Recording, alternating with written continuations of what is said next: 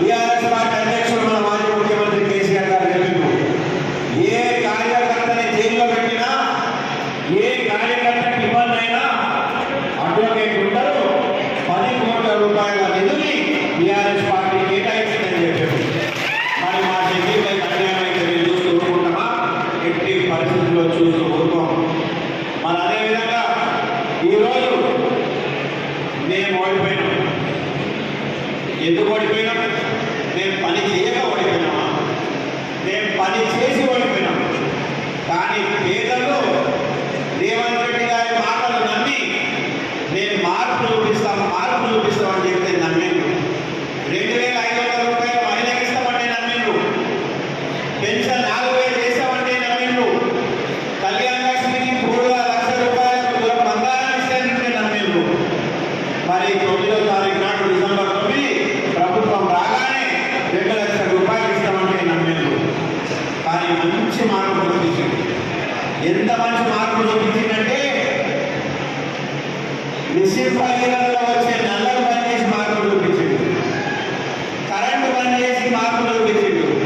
నీ 2 లక్షలు ఎక్కడ పోయినాయో సంగతి పోని కానీ పంట నీళ్ళు పోయేటటువంటి మార్పు చూపించిండు. మరి కులం మంగళం ఎక్కడ పోయిందో పక్కన పెట్టి నీ 1,00,000 రూపాయలు కూడా బరాబర్ ఇవ్వకుండా మార్పు చూపించిండు. మరి ఇది వారు చూపించినట్టు మార్పు. ఈరోజు ఏం చేయాలి? మరి రెండోసారి మనకు అవకాశం వచ్చింది. మరి మొదటిగా ఎక్కడ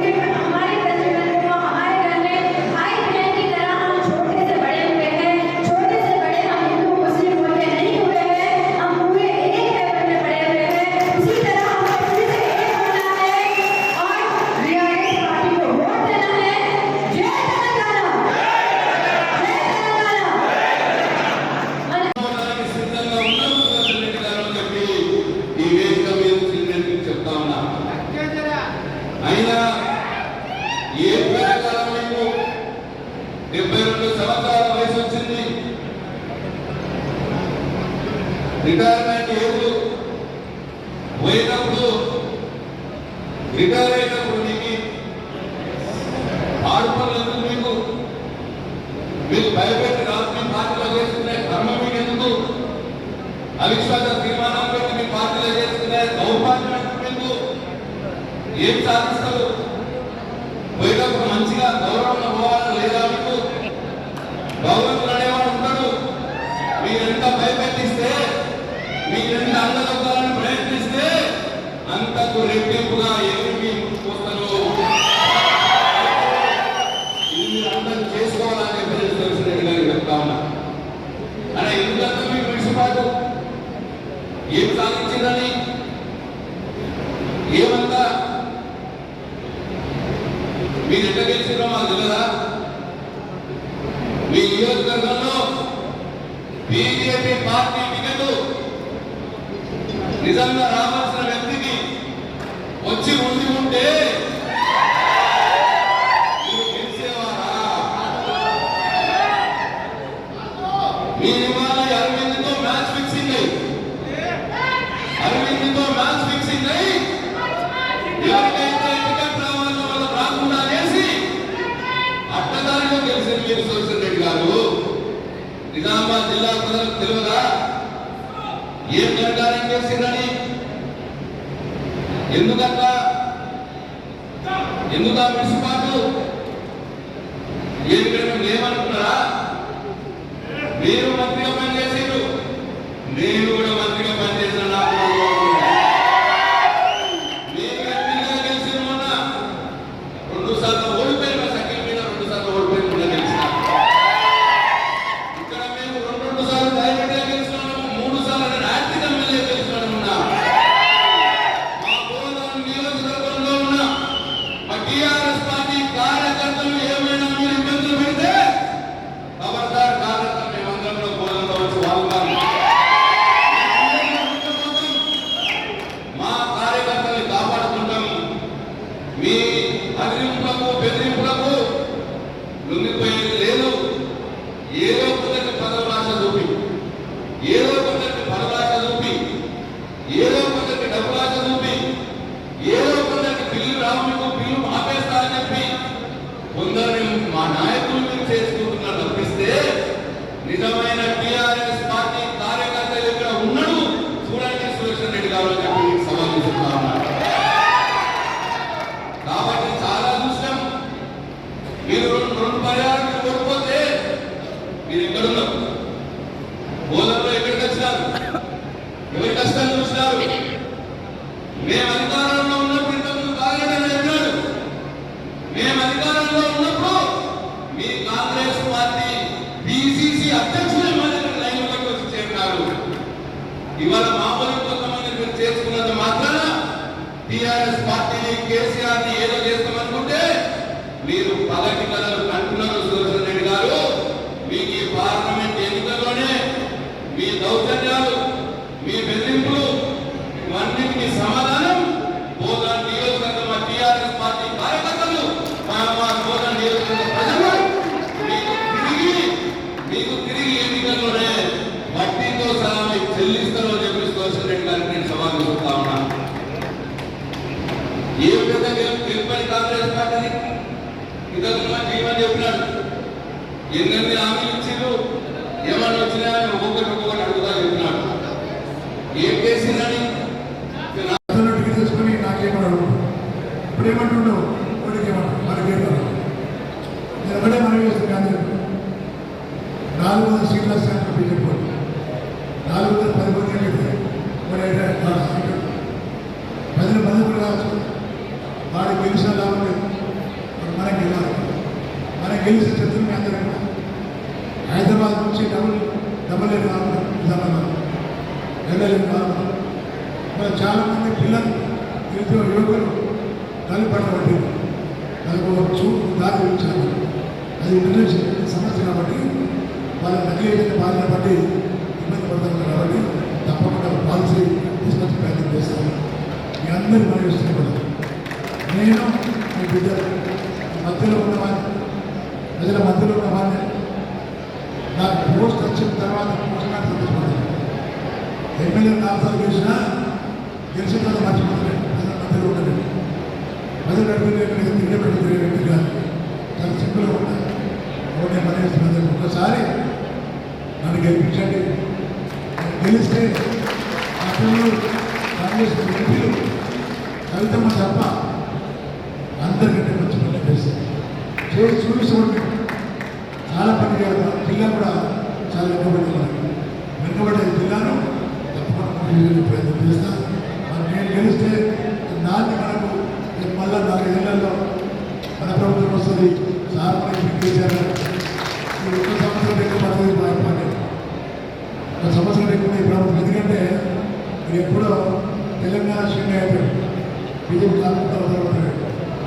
కట్టడి కాంగ్రెస్ అవుతూ ఉంటారు వాళ్ళు ప్రభుత్వం ఏర్పడిన చేశారు ఈ ప్రభుత్వం ఉన్నది ఎప్పుడైతే రౌడీ చేసుకుని కావాలన్నా అలా చెప్తుంటే అరే 1 year దాకా సత్యం చూడండి మీరు అన్యాయం జరిగితే వారిని కూడా ఉంటుంది వారిని పడబడుతూ ఉంటారు నేను చెప్తున్న అందరూ కూడా అందరు సామర్థ్యం ఉండాలి మనకు ఓట్లు కావాలి దయచేసి చెప్తున్నాను మీరు ఇంతమంది వచ్చారు 1000 మంది వచ్చారు చాలా సంతోషంగా ఈరోజు రాత్రి ఉదయం పడదు గారు సైకిల్ కాదు ఆయన భార్య రాదు వీళ్ళందరూ భయపడతారు నాకు ఓటేస్తారు నీకు ఓటు కాదు మంచి ఇంట్లో జరుగుతుంది నిద్ర పడ్డదిగా నేను రేవంత్ రెడ్డి పుట్టుతున్నాడు ఏ డబ్బులు నాకు బాగా డబ్బులు వెళ్ళమని వాళ్ళు లోన్ పంపిస్తాను మానే ఎప్పుడైనా గవర్నమెంట్ అయితే ఇప్పుడు తెచ్చుకోండి నేను ఇస్తాను ఇచ్చి నేను ఏమంటున్నాను ఆగస్టు పంపిస్తాను ఇది ముహూర్తమాలి నిన్నటిదాకా చేసాము నడదాకా చేసాము అంటే ఇచ్చే చేత కాదు మళ్ళా మోసం చేయాలి ప్రజలు ఓడిపోయిన కలరు ఓడిపోయినప్పుడు టికెట్ ఇచ్చిన ఎమ్మెల్యే ఇచ్చిన టికెట్ ఓడిపోయావు ఎప్పించిన ఓడిపోయావు ఇది అయిపోయింది పని కావాలి ఇవాళ చెప్తున్నా ఇవాళ మనం గెలిస్తే నేను ధైర్యంగా చెప్తున్నా మోదం నుంచి ఏదైనా ధైర్యంగా అవుతుందో తప్పకుండా చేస్తాను నేను ఫైట్ చేస్తాను చేస్తాను అదేవిధంగా షుగర్ ఫ్యాక్టరీ మీద చాలా మంది నాకు రాజకీయం చేస్తారు ఈ సుదర్శన్ రెడ్డి నడుపుకున్నాను గతంలో కాంగ్రెస్ పార్టీ ఉన్నప్పుడు రాజశేఖర గారు ముఖ్యమంత్రిగా ఉన్నప్పుడు చంద్రబాబు నాయుడు ప్రైవేటైజ్ చేసిండు ఫ్యాక్టరీని ఆ రోజు కాంగ్రెస్ పార్టీ హామీ ఇచ్చింది మోదీ షుగర్ ఫ్యాక్టరీని గెలుస్తామని చేస్తామని కాంగ్రెస్ పార్టీ గెలిచింది ముఖ్యమంత్రి వైఎస్ఆర్ ఆయన కమిటీ వేసింది ఆయన రత్నాకర్ కమిటీ వేసింది ఆయన దాని name member Bhaskar name member Reddy member అదేవిధంగా జీవనరెడ్డి మెంబర్ కమిటీ కూర్చున్నది 4 ఏళ్ళు ఏర్పాటు చేసింది 5వ సంవత్సరం ఏం చేసిందంటే ప్రైవేటైజ్ కరెక్ట్ నాకు తీసుకోవాలని అప్పుడు ప్రైవేటైజ్ వ్యక్తి మరి ఎలక్షన్ రాగానే నెక్స్ట్ ఫ్యాక్టరీ చేస్తాడు ఎవరు నమ్ముతాడు ఎవరు నమ్మాలి నేను అడుగుతున్నా మన పార్లమెంట్ వచ్చింది కాబట్టి అది స్టేట్ బ్యాంక్ చెప్తున్నాను ఓపెన్ చేస్తున్నా అను హామీ ఓపెన్ చేయకూడదు చేయి తమ్ముడే ప్రైవేట్ 400 కోట్లు వెయ్యి మరి 5 మంది దిగులు దగ్గర ఇలా బంగారం దిగులే ఏమి చేయొచ్చు ప్రమోదం లేదు ఫ్యాక్టరీ ఓనర్కి ఇచ్చు ఇటు 40 కోట్ల ఖర్చు పెట్టు దాన్ని రిపేర్ చెప్పి రైతు కంపెనీ ఆ తమ్ముడే ఓట్ల కోసం మీరు కూడా మరో రేవంత్ రెడ్డి అబద్ధాలు మాట్లాడి జనాన్ని చూడకుండా ప్రయత్నం చేస్తారు నేను చెప్తున్నా కాంగ్రెస్ పార్టీ హామీ ఇచ్చి నెత్తి మీద చేతులు పెడుతున్నాను చేతులతో నేను చేతులు పెట్టింది ఏ బీజేపీ నాయకుడు మా చూసిన నడుస్తున్నారు ఎంత జోకర్ అయిపోయాడు వాడు అదృష్టవంతుడు ఇంత చిన్న వయసులో మెంబర్ పంచాయతీ కాదు సర్పంచ్ కానీ ఎమ్మెల్యే కానీ మంత్రి కానీ డైరెక్ట్ అయిపోయినాడు నేను అడుగుతున్నా బీజేపీ ఎంపీ తెలిసింది కదా బీజేపీ కేంద్రంలో ప్రభుత్వం ఉంది బీజేపీ ప్రభుత్వం అనుకూలంగా ఉన్న వ్యక్తి పనిచేసిన గ్రామాలలో మండలికి వచ్చాడు మండలి ఎప్పుడన్నా ఈయన మండలికి వచ్చాడా గ్రామానికి వచ్చాడా ఎంపీ గారు వచ్చినట్టు అసమర్థులు ఎంపీ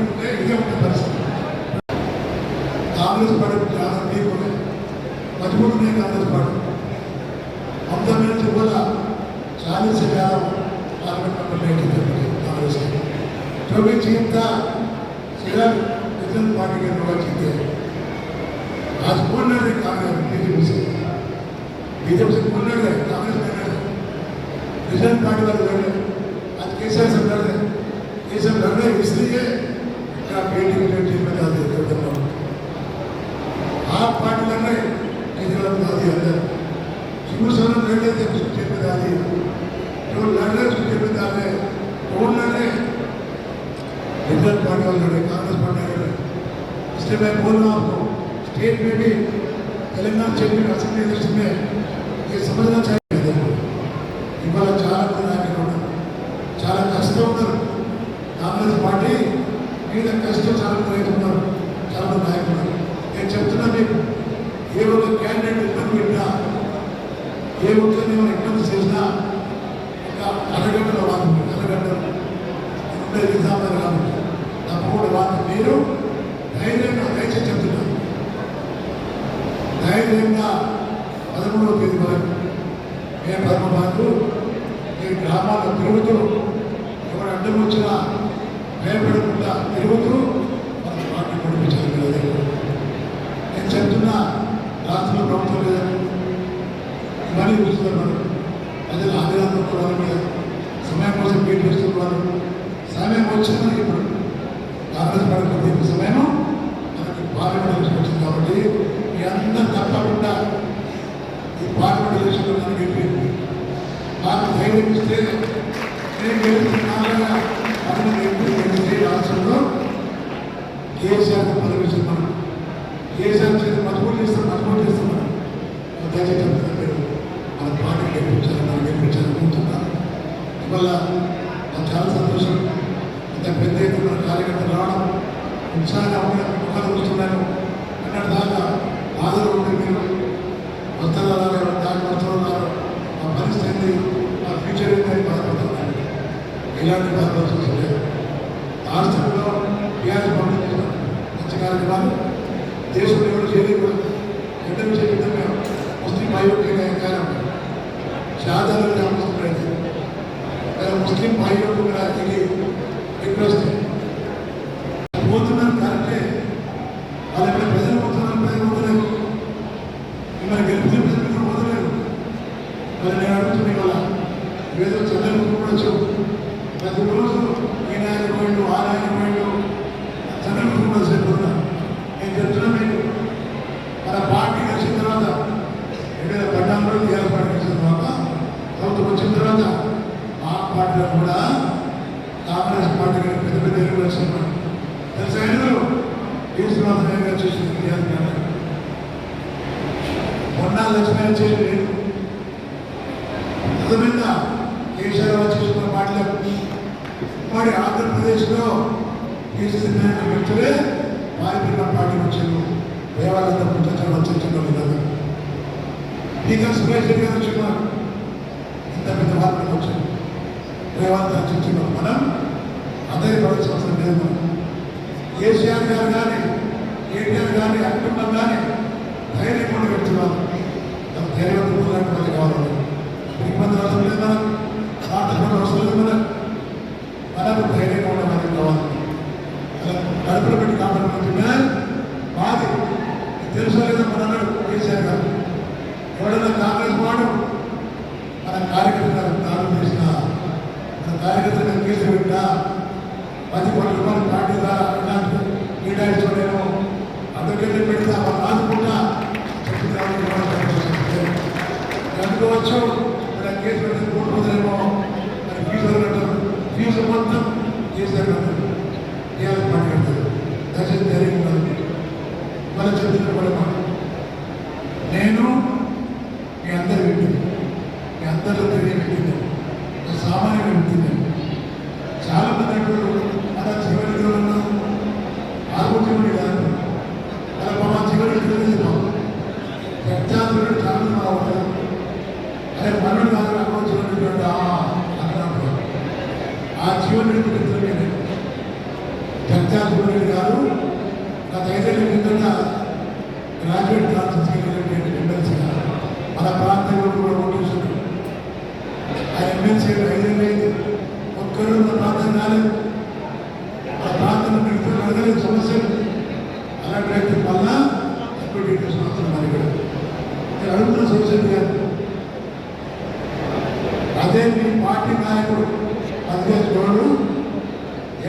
వచ్చిన కాంగ్రెస్ పార్టీ వచ్చి అప్పటికి వాళ్ళు వేయలేదు, అది కాకపోతే మరి ఓటు వేయలేదు.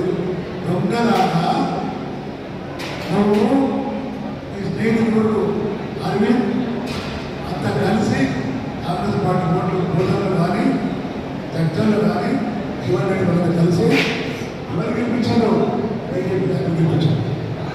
కాంగ్రెస్ పార్టీ వ్యక్తిని మన సొంత పార్టీ క్యాండిడేట్ డిపాజిట్ ఓట్లు ఇది మన పూర్వ కాంగ్రెస్ అని ఆ కోట్లు పెట్టి ఇవ్వడం ఉంటాడు. లాస్ట్ మన Congress party original Congress party కాదు, డూప్లికేట్ కాంగ్రెస్ పార్టీ.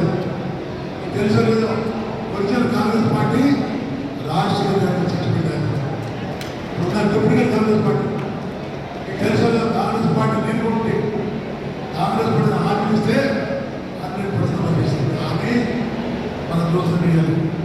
ఎన్ని హామీలు ఇచ్చాడు ప్రజలకు కూడా షకిల్ కానీ నాకు కానీ మా అందరికి కానీ ఓటు మీద ప్రభుత్వం కాదు. కేసీఆర్ గారు తెలంగాణ ఇచ్చాడు, 2 సార్లు ముఖ్యమంత్రి 6 ఇచ్చిన మాకు మరి ఎవరో గుర్తించడం వచ్చాడు, ఇంటర్గా వచ్చాడు, తుపాకీ గారు వచ్చాడు, డబ్బులు చేస్తున్నట్టు అసలు చూద్దామని ఇచ్చింది తప్ప మాకు ప్రభుత్వం పదవులు లేదు.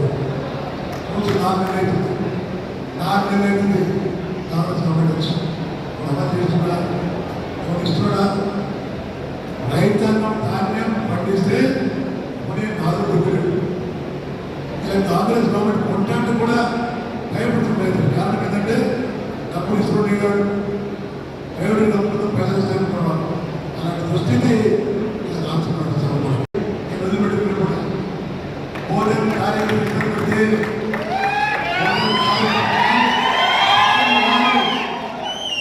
కుటుంబాన్ని కానీ ప్రజాప్రతినిధులు కానీ ఇబ్బంది పెడితే మొత్తం లెక్క రాసుకుంటాను. ప్రసక్తి లేదు. ఎలాంటి వ్యక్తులు అంటే ఎలక్షన్ వస్తే అసలు ఓట్లు వేసుకెళ్ళి గెలుస్తావు, అధిపతి తీసుకుంటావు, ఎంజాయ్ చేస్తావు, మరి పదవికి నచ్చినట్టు మరి పిల్లలకు ఈ ప్రాంతంగా మీరు సంబంధించిన కార్యక్రమం ఏమైపోయారు? చచ్చిందా బతికిందా అని ఇబ్బంది ఏంటి? ఇక్కడ ఎప్పుడన్నా అలాంటి వ్యక్తి రాజకీయం ఉండడానికి అసలు అర్హత లేదు. నేను వింటుండే ఒక బలంగా అన్ని ప్రాంతాలు కాంగ్రెస్ పార్టీ ఎంత ధైర్యం వచ్చిందంటే మా నాయకుడు కూడా రౌడీ ప్రజలు ఉన్నాం, మేము చెప్పిన రౌడీ అయితే మేము అతన్ని బెదిరిస్తాము, మరి బెదిరించి మా పార్టీ చేర్చుకుంటాము అని ఆలోచిస్తున్నాను. ప్రతి కాన్సెప్ట్ నేను అడుగుతున్నా, అందరూ అడుగుతున్నాను, నాయకులు ఎవరు పోతుందో తెలుసా మీకు? ఎవడైతే ప్రైవేట్ ఉన్నాడో, ఎవరైతే పోలీసులు భయపడుతున్నాడో, వరంలో ఉన్నాడో, ఇష్టంతో ఉన్నాడో మాడిపోతున్నాడు. భయపడిన వ్యక్తి మాత్రమే రాజకీయం ఉంటాడు. నిజామాబాద్ పార్లమెంట్ పరిధిలో ఉన్నటువంటి జగ్త్యాల్, కొరుట్ల, నాల్గొండ, ఆర్మూర్, నిజామాబాద్ అర్బన్, నిజామాబాద్ రూరల్, భూజన్ 7 నియోజకవర్గాలు దాదాపుగా 6 నియోజకవర్గాలు అయిపోయింది. ఇక్కడ రావడం జరిగింది. పార్లమెంట్ అంటే నా సోదరుడు సుఖీర్ భాయ్ కాంగ్రెస్ పార్టీ వాళ్ళ కుట్రల వల్ల చిన్న పిల్లవాడు నాయకుని కొడుకు ఆ చిన్న పిల్లవాడి మీద కుట్ర చేసి ఆరోగ్యంగా లక్ష్య సాధించే విషయంలో భాగంగా తండ్రిని కొడుకు ఎక్కించి కేసులో ఇబ్బంది పెడుతున్నటువంటి సందర్భంలో నేను కొంత టైం తీసుకున్నాను. టైం లేదు. మా సోదరి రాజశేఖర్ మాట్లాడు, కేసీఆర్ మాట్లాడు, అమ్మ బయట నడుస్తూ ఉంటాం, మనకు వెళ్ళాలి అందరూ తింటాలని చెప్పాను కేసీఆర్ గారు. వాళ్ళ సోదరి వీర మనితనాలు వచ్చి భర్త ఇబ్బందులో ఉన్నా, ఇబ్బందులో ఉన్నా, కష్టాల్లో ఉన్నా మన పార్టీ కోసం మన కోసం ఇలా ముందుకు రావడం గర్వంగా ఉన్నాం. మనం గమనించబడి నేను అడుగుతున్నా, ఈ ప్రాంతంలో ఉన్నటువంటి కాంగ్రెస్ నాయకులు మాజీ మంత్రి ప్రస్తుత ఎమ్మెల్యే గారు నువ్వు సీనియర్ నాయకుడు అని చెప్తున్నావు. సీనియర్ నాయకుడు వ్యక్తిని పోటీ సంస్థల కొడుకు మీద రాజకీయం చేసి అబ్బగడుకుంటాను కానీ చేస్తే మీకు కూడా ఉంటుంది. మేము ఒకసారి మేము పట్టుకుంటా మేము మీకు తెలుసు సోషల్ గారు మీ స్నేహితుడు శ్రీనివాస్ గారు నా మీద రాజకీయం ప్రయాణం చేసి సిట్టింగ్ ఎమ్మెల్యే ఉన్నటువంటి ఆర్ఎంఎల్ఏ చేసి రాజుగారు పంపిస్తే ఎన్నో ఇబ్బందులు నాకు చాలా బాధపడ్డా, కష్టపడ్డా. 10 ఏళ్ళు రాజకీయం చేయడం రాజుగారు తెలుసు. కానీ నేను ఆ వ్యక్తిని వదిలిపెట్టలేదు. 10 ఏళ్ళైనా పగ తీర్చుకోవడం పగ తీర్చుకున్నాను. వయసు మిగిలిన తర్వాత రాజశేఖర్ గారు నాకు ఇచ్చినటువంటి సహకారంతో వయసు మిగిలిన తర్వాత జగన్మోహన్ రెడ్డి గారు ఉండి తెలంగాణ వచ్చిన తర్వాత చెప్పిన జగన్మోహన్ రెడ్డి గారు బాబు నేను ఉండలేను, తెలంగాణ వచ్చింది, వయసు పెళ్ళలేదు, నేను మిగిలిపోతుందని చెప్పిన తర్వాత ఇక్కడ ఉన్న ఏ పార్టీ పోతున్నా చెప్పాడు. ఏ పార్టీ పోతున్నా ఇంట్లో కూర్చున్నది. పరిస్థితిలో ఉంటుంటే ఎవరైతే నన్ను మాత్రం పంపించిందో ఇబ్బంది పెట్టడానికి ఆ వ్యక్తి చాలా ఎంజాయ్ చేస్తున్నాడు. ఎట్లా అంటే నిజాంలో రమణిస్తే నిజాంలో గెలుస్తాడని పక్కన నిజాంలో రమణించుకుంటున్నాడు. 2 ఏళ్ళు కష్టపడి శ్రీనివాస్ గెలుస్తానుకున్నాడు. నేను గెలిస్తే ముఖ్యమంత్రి చెప్పుకున్నాడు. ఆయన నన్ను పిలిచి కేసీఆర్ గారు గౌతమ్ గారు కేటీఆర్ గారు పిలిచి రాజిరెడ్డి గారు కొట్టాలి కావాలి సార్ వస్తా దాని నిజాం అనుభవిస్తే వస్తుందని చెప్పాడు. నిజాం వచ్చిన తర్వాత శ్రీనివాస్ అనుకున్నాడు ఈ పని అయిపోయింది, ఇలా నేను చేయడు, నేను గెలిచిపోతాను, రాష్ట్ర ప్రభుత్వం వస్తుంది దాన్ని నేను ఢిల్లీ దిగగానే వారు ఎక్కడున్న కార్యక్రమం అది చూసుకున్నాను. నేను అడిగిన ఒకటే మాట, ఇలాంటి ఎమ్మెల్యే కావాలని నేను వచ్చిన క్యాండిడేట్గా గ్రామం ఇంట్రెస్ట్లో దిగిన గల్లీ తిరుగుతున్నా, ప్రజలు పరిగణిస్తున్నా, కూర్చు వల్ల అదే బండికి పోతున్నాడు. అదే శ్రీనివాస్ ప్రవేశించిన బండి దిగిన డైరెక్ట్ తెచ్చాలని నేను అడుగు లేదు పట్టుకుంటాను. ఆ వ్యక్తి కావాలని నేను కావాలని అడిగితే ఎన్ని మాటలు ఈ 2 డైలాగులని హెచ్చు చిన్నవాళ్ళు చెప్పాడు. కాబట్టి ఎప్పుడైతే ఆ శిక్షణ మాట్లాడుతూ ఆ బల తీర్చుకోవడం ఇంట్లో ఉన్నారు.